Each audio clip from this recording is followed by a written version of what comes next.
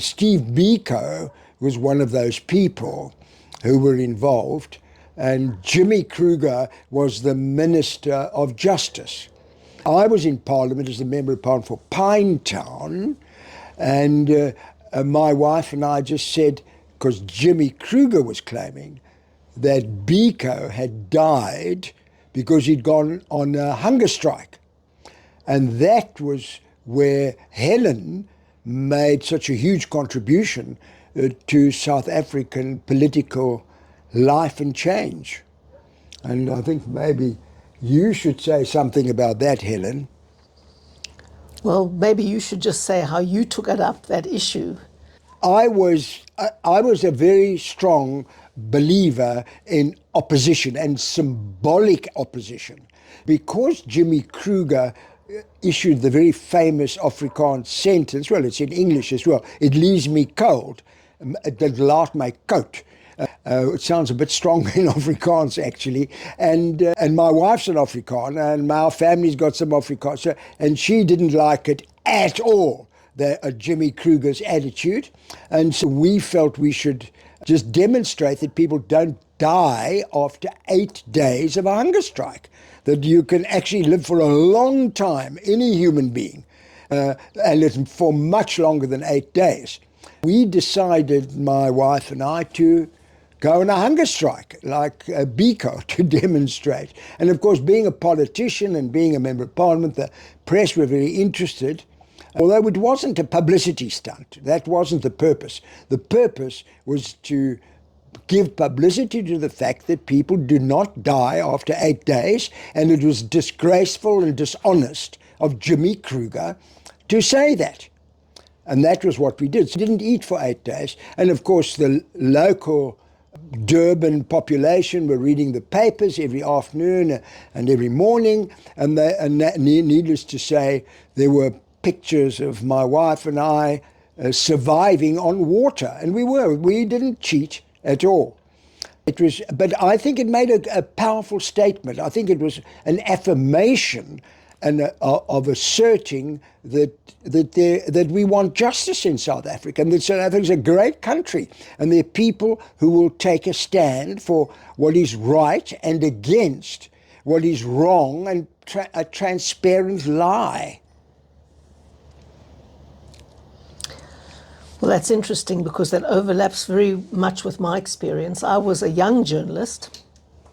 I remember Steve Biko died in September 1977. And I was a young journalist who had been involved in NUSAS when I was at university. And as a young journalist, I was still very interested in student politics. And I remember the rise of Steve Biko while I was still at university. And he was a huge name, and he was really challenging the ANC's style of resistance and introduced black consciousness into the political lexicon in South Africa, and was mobilizing a constituency very effectively on that basis. And of course, doing that, he attracted the interest of the security police. And the National Party was determined to nullify his influence. And we could still cover Steve Biko and the various black consciousness movements, although they were banned on that dreadful day. I think it was 19th of October, and it might have been 1976 or 77, I'm not 100% sure. But they were banned on that terrible day called Black Wednesday. But we had been giving a lot of coverage to the black consciousness movement and the various self-reliance schemes that arose out of it. And so when Jimmy Kruger announced that Steve Biko had died after going on a hunger strike, as you said, my editor said to me, that's not possible. We all knew Steve Biko as a man who was slightly overweight, very big person, obviously had a lot of subcutaneous nutrition that he could draw on if he wasn't eating. And we knew it was a lie. We absolutely knew it was a lie. But the big challenge was to prove that it was a lie. And so we started digging and doing a lot of stuff to try and see whether we could find it. Now, there was a pathologist that the family had brought in, Biko's family had brought in a pathologist called Jonathan Gluckman. He was based in Johannesburg, and as a pathologist, he went for the family and examined Steve Biko to establish the cause of death. And he told us very confidentially that Steve Biko had died of brain damage because in his spinal fluid there was blood, which apparently is an absolutely surefire indication that someone has had a brain injury. So we had this information, but Jonathan Gluckman swore us to secrecy. And so my editor sent me to Nelson Mandela Bay. It was called Port Elizabeth back then. And he made me interview all the doctors that had seen Steve Biko. And I saw three of them, Ivor Lang, and then there was another one called Benjamin Tucker, and then there was a third one, and I'm just trying to think of his name now, Kirsch, or Hirsch. His name was Dr. Hirsch. Dr. Hirsch was his name. And Dr. Hirsch was a neurologist. He was a neurologist, so he was a specialist. But Dr. Tucker and Dr. Lang were both district surgeons. And Dr. Tucker had seen him after Dr. Lang, and then they'd referred him to the neurologist, who was Dr. Hirsch. And I then went to see them in the order that they'd seen Biko. Lang first, Tucker second, Hirsch third. And the first two doctors, the district surgeons, just chased me away and said, they had nothing to say to me and they weren't interested in speaking to the media. In fact, Dr. Lang put his dogs on me because he lived in a small holding outside Port Elizabeth. And then I got to Hirsch, and Hirsch was a much more sympathetic guy. He asked me into his house, he asked me to sit down. I said, well, we were trying to establish the cause of death, and he said, look, I can't talk about it. I'm not allowed to talk about it, but it is a dreadful story. That's all I'm prepared to tell you. And when he told me that, I realized, that this wasn't natural causes, that it wasn't someone who'd got, and I went back and I said, look, we've got enough from the doctors. We've got enough from the doctors to say that it wasn't a hunger strike. And that's what I got from Hirsch, Dr. Hirsch. So he ran the next day with the story, no sign of hunger strike, Biko doctors, which was true, because that's what Hirsch had told me. But he said he couldn't tell me what the cause of death was, but he confirmed that it wasn't a hunger strike. So he ran that story. Jimmy Kruger just about had a fit and made a complaint immediately to the press council, chaired by Justice Galgut at that stage. And I was dragged before the press council, and we couldn't reveal our sources because we were sworn not to. And I didn't even want to mention Hirsch's name because I didn't want to get him into trouble. So we were protecting our sources, and then eventually the judge ruled that our report had been tendentious and malicious, and we had to apologize. And Alistair was furious. And I was furious because we knew what we'd written was true. In fact, it was a minor detail that there was no sign of a hunger strike. We didn't say that he'd actually died of brain damage. And we were forced to apologize because the press council was a quasi-judicial body and you had to do it. And we were so angry. And eventually there was an inquest, and we had forced an inquest because of this, and eventually all the story came out. And we were vindicated in the end. But it was terrible at the time, and I had to move out of my flat because I was getting death threats. Obviously, I lived in Berea on the edge of Hillbrow. Had to move out of my flat because of the death threats we were getting at the time. And it was a very uncomfortable situation. And of course, the doctors knew we were telling the truth, but they were sworn to secrecy, so they couldn't come and save us from that situation. But it was really terrible going through that and knowing that these blatant lies were being told in Parliament, and that the people who were blamed were the people who uncovered the truth. Yeah. No, it's the truth comes out eventually. Yeah, it does, eh? It really does, eventually. It does. No, we can be thankful for that. Have you got any advice for other whistleblowers about how to cope with that sort of stress? Well, today things are a lot easier for whistleblowers because there wasn't a Whistleblowers Act in those days.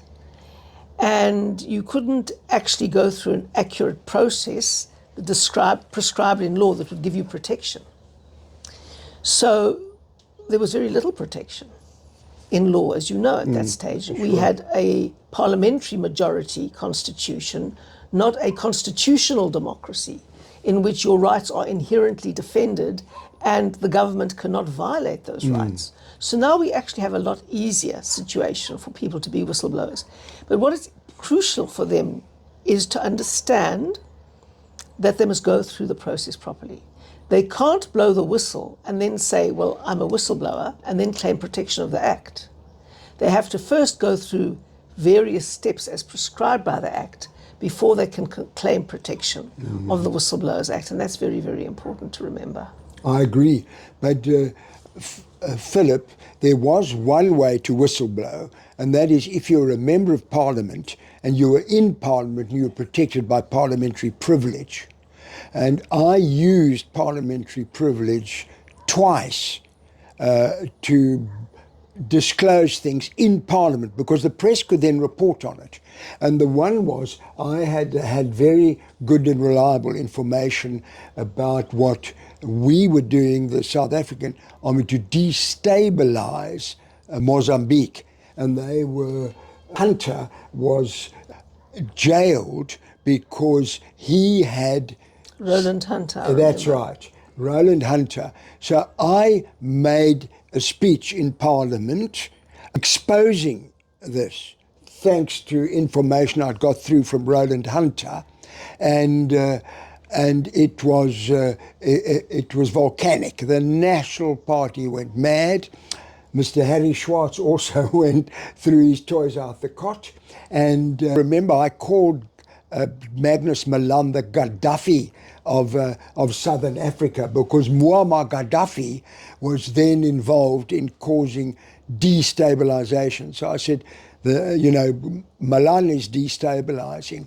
So that was using a whistleblower protection, which you have if it's parliamentary privilege. It's a very powerful weapon. And I used it again in the 1980s because P.W. Botha put in a state of emergency, and you were not allowed to publish the names of the people who had been arrested.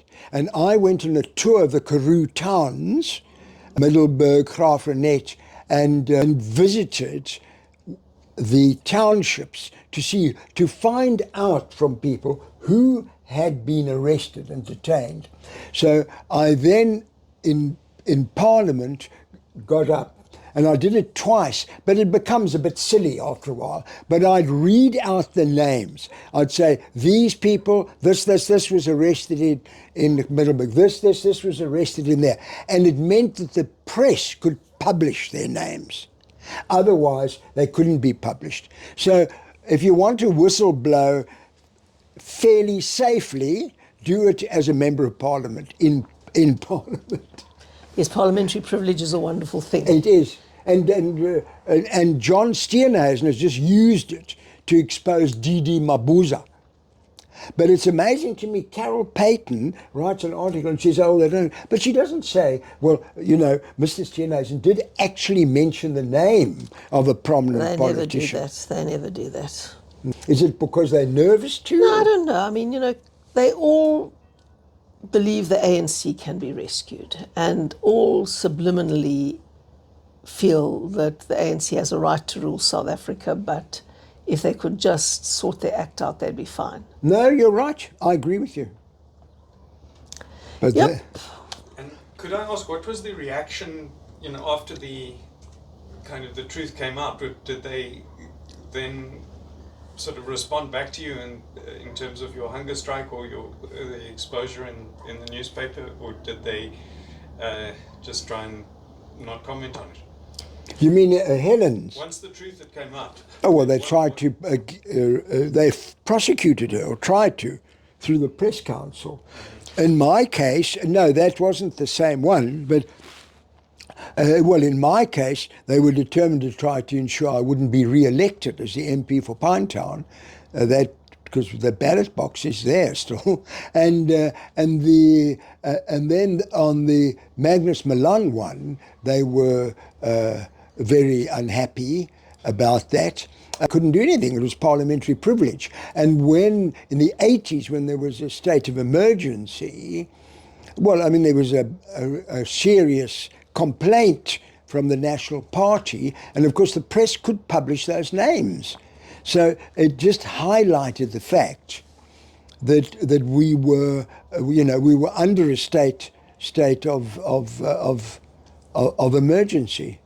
And of course, at the very same time, virtually, they were negotiating with the ANC, P.W. Botha was, which Van Zyl Slabbert didn't know. I mean, I think if he'd known, he would have taken Colin Eglin's advice and resigned as the leader of the opposition, but stayed on as a member of Parliament, because then he would have still been in Parliament, and he would have made a huge contribution at CODESA. So I think, but anyway, that's a way to whistleblower. And what other methods did you use non-violent methods to oppose apartheid, and do you think these had an influence on the National Party? I think one does have an influence. Like, look, Parliament in many ways is theatre. You're 100% right or 100% wrong, and you have a big debate, and then afterwards they'll send you a message. Oh, well, you've made a point. Come and talk to me in your office. So it's not monolithic, and I mean that's the point about Helen Suzman too. She never saw it as monolithic. There was always chinks in the armour which you could work through and make a contribution to. And life's not like that. It's not monolithic. You can change things. Helen, as a journalist, are there any other stories you would want to tell about how you influenced the political process at the time? Well, I covered many, many big stories. I covered the Zille Commission of Inquiry into the Soweto uprising, which took me all over the country and enabled me to expose a lot of what had been going on behind the scenes. So that was important. And then covering the political beat was an extremely important thing to do, because I covered it from the perspective of our liberal newspaper on the basis of non-racial constitutionalism, if I can put it that way, and human rights. And that was the basis from which we worked. On several occasions, there were requests for me to join the ANC, but I said no. I thought it was important for a journalist not to be involved in party politics. And B, I never knew what was behind those approaches and what the real agenda was. So I didn't bite. But when I think of the journalistic profession, how they came down, many of them, on Alistair and me at the time around the story of Steve Biko, it was very interesting when the South African Medical Association learnt of the real story behind this. They very strongly condemned, and I think even went further than that, doctors who'd been involved in the cover-up, and very strongly supported and praised the doctors that had helped us unearth the story. But Alistair, I think, felt angry till his dying day that he didn't get an apology from the South African Society of Journalists, the Editors Forum, or the Press Council for completely violating the truth and condemning those who'd exposed it. And we felt very strongly at the time that that was a blot on the name of journalism at that time. Did you experience censorship in the work that you were doing? Did you feel restricted, or were you able to say what you wanted to say? There was a lot of censorship at that time. For example, you couldn't quote the ANC. For example, in states of emergency, you couldn't write a whole range of things. And we had lawyers on standby all the time. I don't think there was a single day where you didn't phone a lawyer and read a story to the lawyer and he'd say, no, this is cutting it fine, this is cutting it fine. No, this is absolutely, you can't say that. And so what we would do, we would often take a chance when we were cutting it fine because there was still the grey area. But when they said you cannot say this in terms of the law, what we would then do would leave a big white open space in the article so that people would realize there's something here that we were forced to take out of the article. And we could then reflect the censorship in what we were writing. I remember that.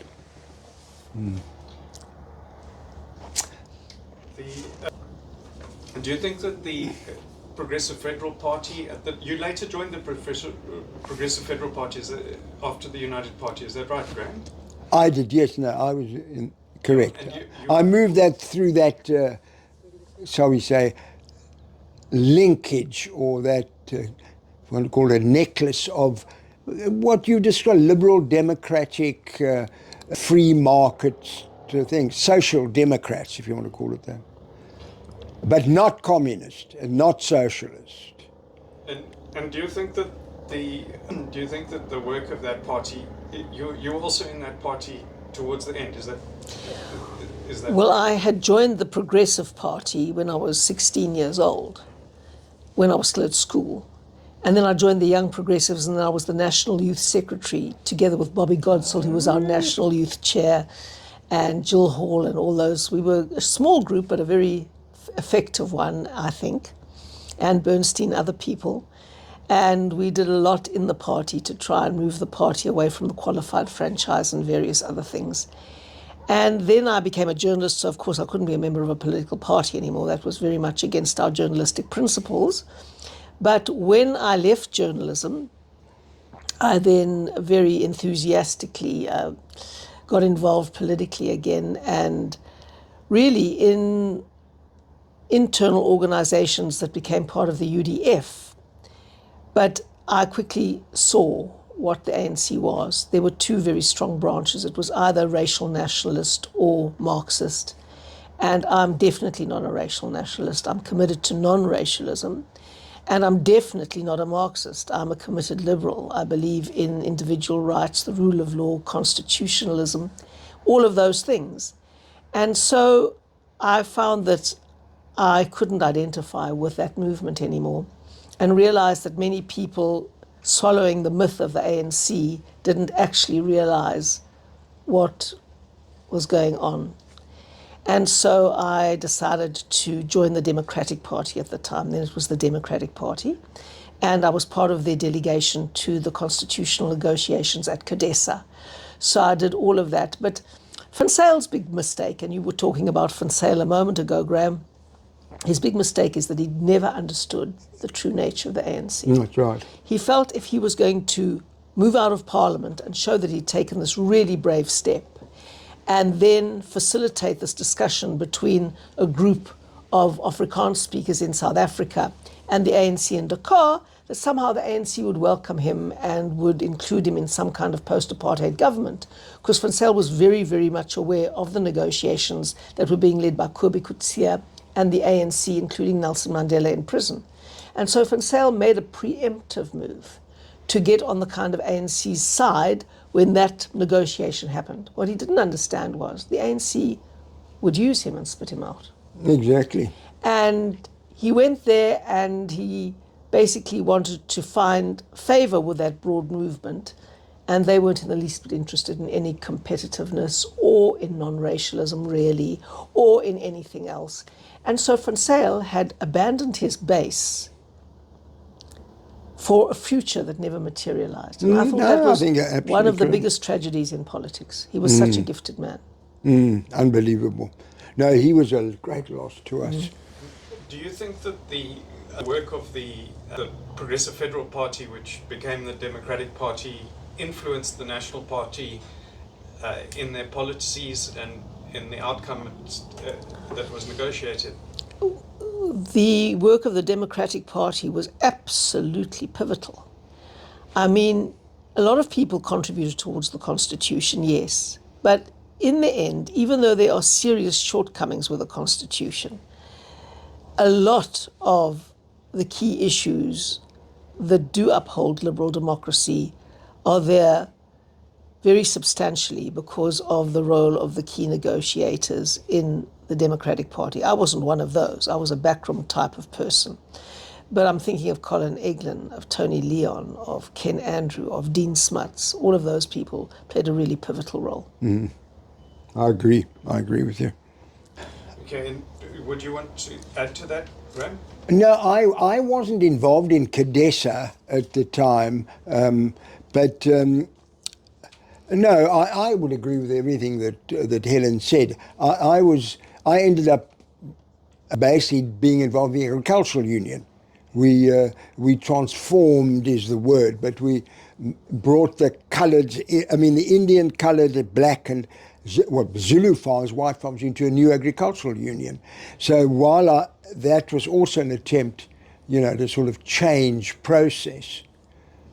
No, I think you're absolutely right on Van Zyl. I don't know if you know, he called his house in Lekker yeah. But he had a Frenchified form. It was called Le Serblay. Yeah. And you've both moved from a situation of being in opposition to the apartheid government and then opposition to the post-apartheid government as well. Do you have any reflections on that, playing that same role in both situations, and how you found your role in moving into a different context? Well, I always thought that if and when a non-racial liberal democracy dawned in South Africa, or the closest thing approximating to it, we could pack up our struggle role, our oppositional role, and just get on with building South Africa. Well, it was not to be. Very, very early on, when I was active in my children's primary school and chair of the governing body, and had been involved very much in helping develop the Post-Apartheid South African Schools Act with Professor Hunter, who was working on that at the time, Roland's father. We wrote, and especially Professor Hunter, wrote a really good law. And the very first thing the ANC did was violate its own law through the voluntary severance and redeployment scheme, which was supposed to pull all teachers on a voluntary basis out of education, pay them a lot of money to do so, and then redeploy any excess teachers wherever they want in the goal of transformation. And we said, no, but that's completely contrary to the Schools Act. It puts labour considerations above children's considerations. And the critical thing is educational criteria, not race engineering, which is what they wanted to do. So I mobilized 80 schools, and we took that decision on the voluntary severance and redeployment scheme on review to the courts, and that their own law was found to be unlawful, and their own application of their law was found to be unlawful and unconstitutional. So that was a huge victory for us. Tremendous. Of 80 I wasn't even schools. aware of that. No, that was a big, big victory. I was That's chairman in the of Western Cape. No, for the whole country. Oh, really? It was nullified, that scheme, for the whole country, and that was one of the mechanisms we wanted to save public education through.